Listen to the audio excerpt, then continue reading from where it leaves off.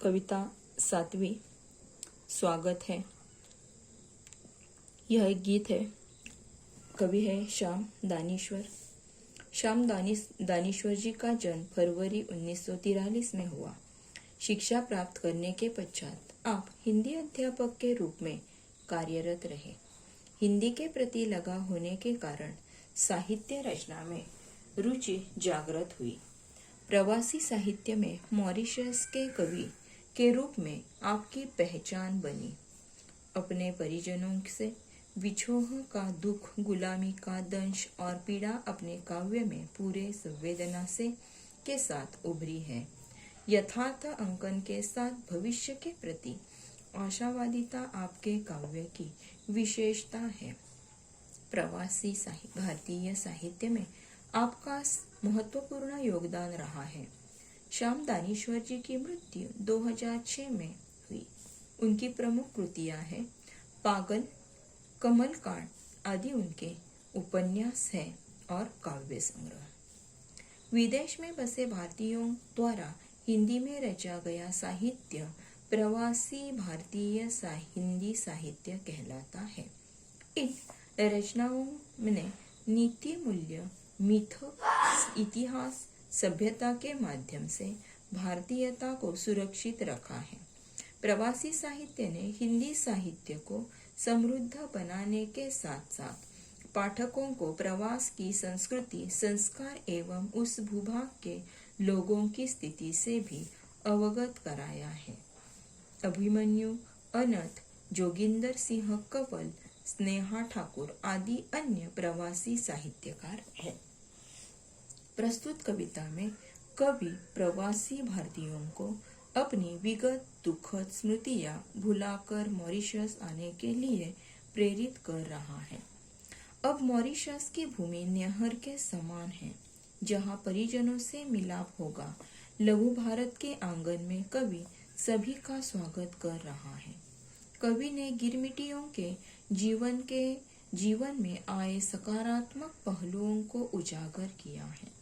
गिरमिटियों की पीढ़ियों के मन में स्थित भारतीयों की संवेदना और उनकी सृजनात्मक प्रतिभाओं के दर्शन भी कराए हैं।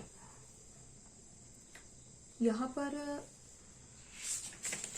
गिरमिटिया यानी कि परतंत्रता में अंग्रेजों ने भारतीयों को अनुबंध सिद्धांत पर फिजी, सूरीनाम, मॉरिशस, सेशल्स आदि देशों में मजदूर बना भेजा।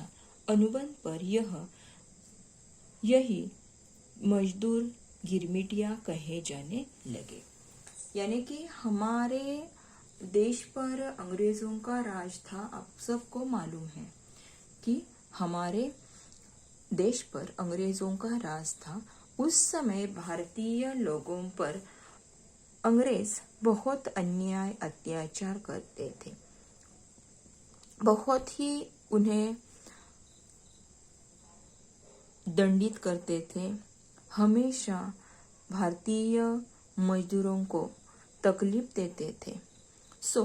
किस तरह उन पर अन्याय करते थे, इसका उदाहरण इस कविता के रूप में उन्होंने दिया है।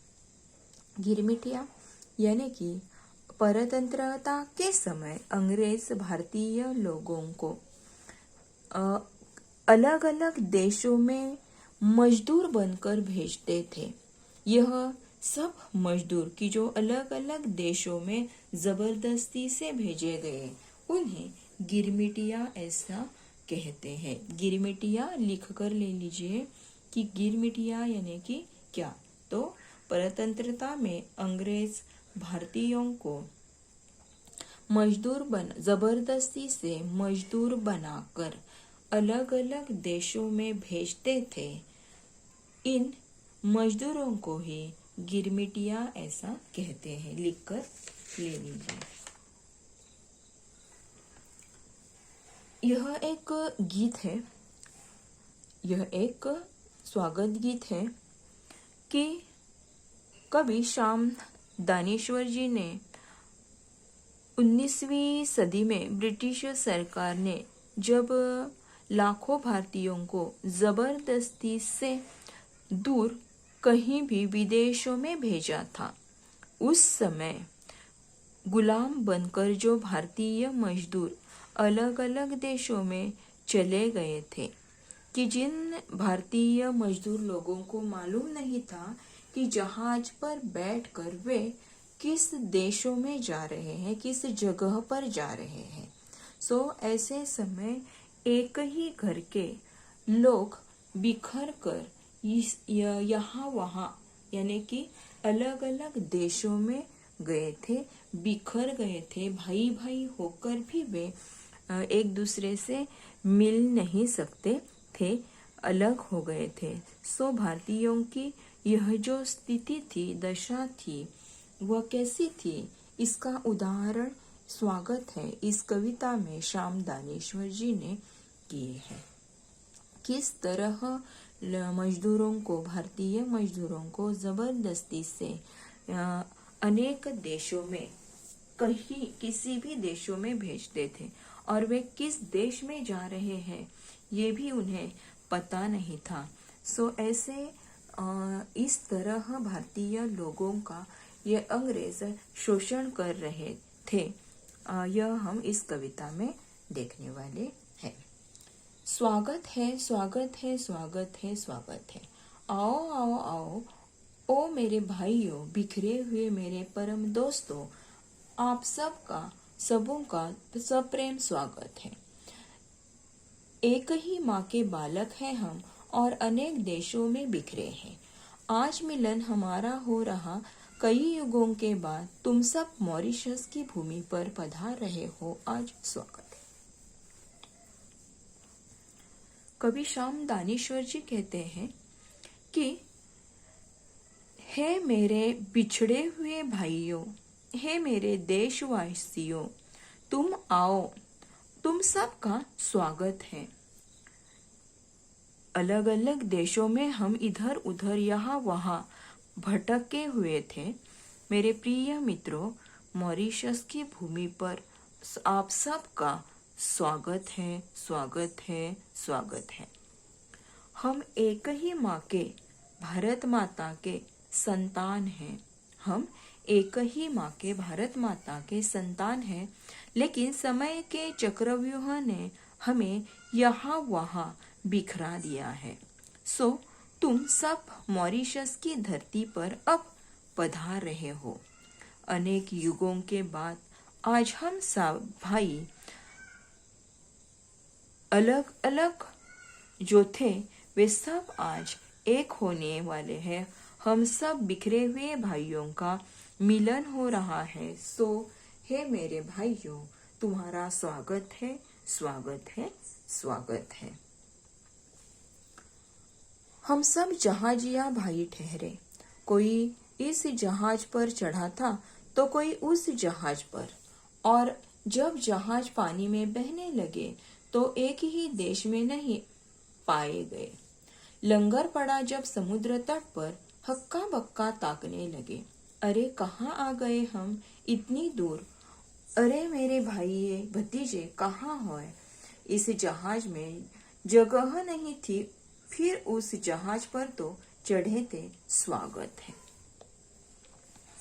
कवि कहते हैं, कवि श्याम दानेश्वर जी कहते हैं कि एक समय ऐसा था कि जब हमें जबरदस्ती से इस जहाज पर चढ़ा दिया गया था।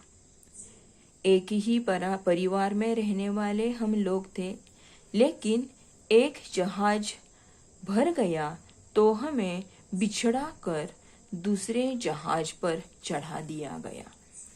किसी को कुछ मालूम नहीं था कि हम कहाँ जा रहे हैं। हम नहीं जानते थे कि वे जहाज अलग अलग देशों में जा रहे हैं। जलयान और गति से पानी पर बहने लगे थे, और जब काफी समय बीत गया, समुद्र में लंगर डाला गया। लंगर यानी कि जहाज रोकने के लिए लोहे का जो बहुत बड़ा टुकड़ा होता है वह डाल दिया जाता है, और तभी वहां पर जहाज रोका जाता है। सो लंगर फेंक दिया गया और जहाज रोके गए। तभी स्वयं को अपने घर से बहुत दूर आने का दुख हमें हुआ। तभी हम थक कर रह गए, अवाक हो गए कि अरे हम अपनी भूमि से कितने दूर आ गए हैं, कहाँ आ गए हैं। यहाँ तक कि हम जहाँ गए थे वह मालूम भी नहीं था। वहाँ पर कोई भी अपने साथी नहीं थे, अपने लोग नहीं थे। यहाँ सिर्फ परिजन थे, अलग अलग प्रकार के लोग थे। एक दूसरे से जो बिछड़ गए थे वे यहाँ पर अलग अलग देशों में भेज दिए गए थे। हमने देखा कि एक जहाज पूरा भर जाने के बाद जो रुके हुए लोग थे, रह गए थे लोग थे, वे सारे दूसरे जहाज पर चढ़ा दिए गए। और इस तरह हमारे भाई भतीजे जहाज में अलग अलग हो गए थे। एक ही देश में, एक ही घर में रहने वाले लोग अब यहाँ वहाँ बिखर कर अलग अलग देशों में चले गए थे। और इस तरह हम भाई भाई बिखर कर यहाँ वहाँ इसी उसी देश में चले गए थे। और हमें इस तरह अंग्रेजों ने जबरदस्ती से हम पर हमारा शोषण कर लिया था, हमें गुलाम बना दिया था और इस तरह हम पर वे अन्याय कर रहे थे और हमारा शोषण कर रहे थे। आज के लिए हम यहाँ पर रुकते हैं और अगली कविता हम अगले पीरियड में ले लेंगे। आज यहाँ पर हम रुक जाते हैं। ओके, जो कविता हमने पढ़ी है अभी वह एक बार पढ़ लो और ठीक तरह से यहाँ पर हम रुक जाते हैं। ठीक है, ओके।